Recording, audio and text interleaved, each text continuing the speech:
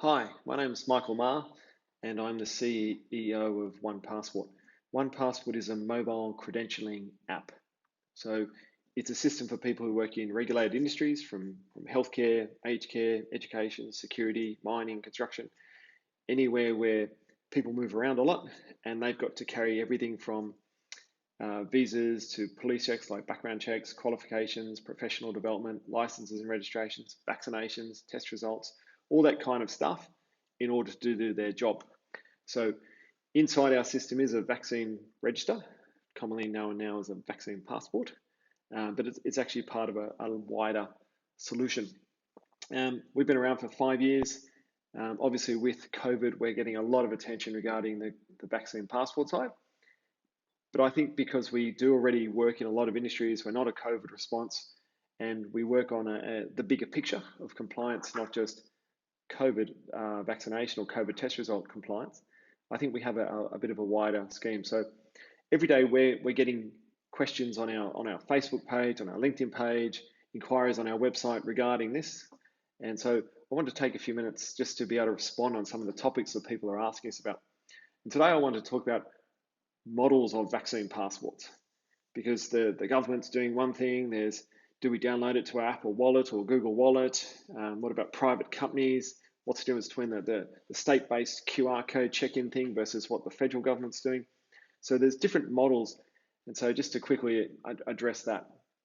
So around the world, there are people working on vaccine passports. We're part of something called the CCI, the COVID Credentialing Initiative, under the Linux Foundation for Public Health based in New York.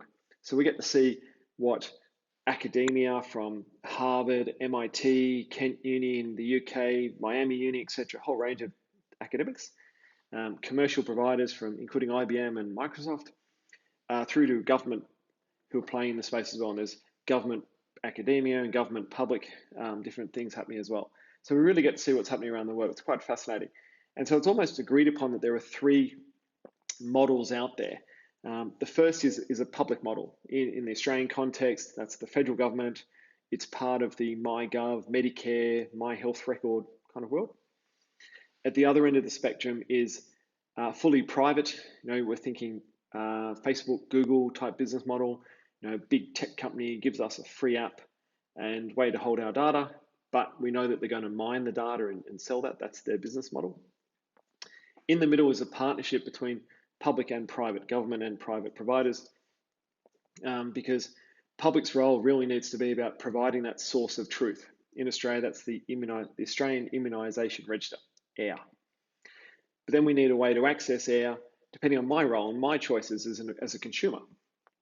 If I just need a vaccine passport to go to watch the footy, I might choose something that's really simple, and the AFL might be involved in the brand for the vaccine passport, for example. But if I work in healthcare and I need to have my vaccinations to go to work, I don't want to have to get another app to travel or to be social or something like that. I want to use the same one I use for work. So that's my choice as a consumer. So the public-private model is the one that people are saying, from businesses that we talk to through to ministers and MPs, as the only real long-term solution in this space. There is a model of this already working in Australia. It's how we do police checks. If I need to get a police check done, I don't go to the federal government. I go to a private company like CV Check, Crim Check, National Crime Check, who are regulated by and licensed to ping the government's source of truth, which is the National Criminal Convictions Database. But I pay the private company. They ping the database, they get the information back, and they create a nice PDF for me to walk away with to use in society, give it with my job application or part of a working with children check or whatever I need to use it for. That is a really good example of a public-private system. If you remember back when the government did do the whole system for police checks, you had to do a paper application. It took months. You wrote to the AFP in Canberra, it got slightly worked through the system, and you got a snail mail sent back your police check.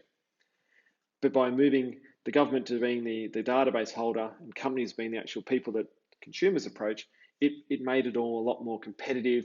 So the companies started doing not only paper, they moved to online forms. Now it's a full electronic solution.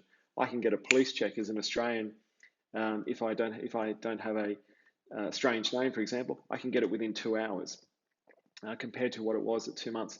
These are some of the efficiencies that come when it is that public-private relationship, and that's why we believe it's the only long-term viable solution moving forward. I've got a whole range of questions I'm going to go through over the next couple of days, so tune in tomorrow and see what I put up. Thanks. Bye.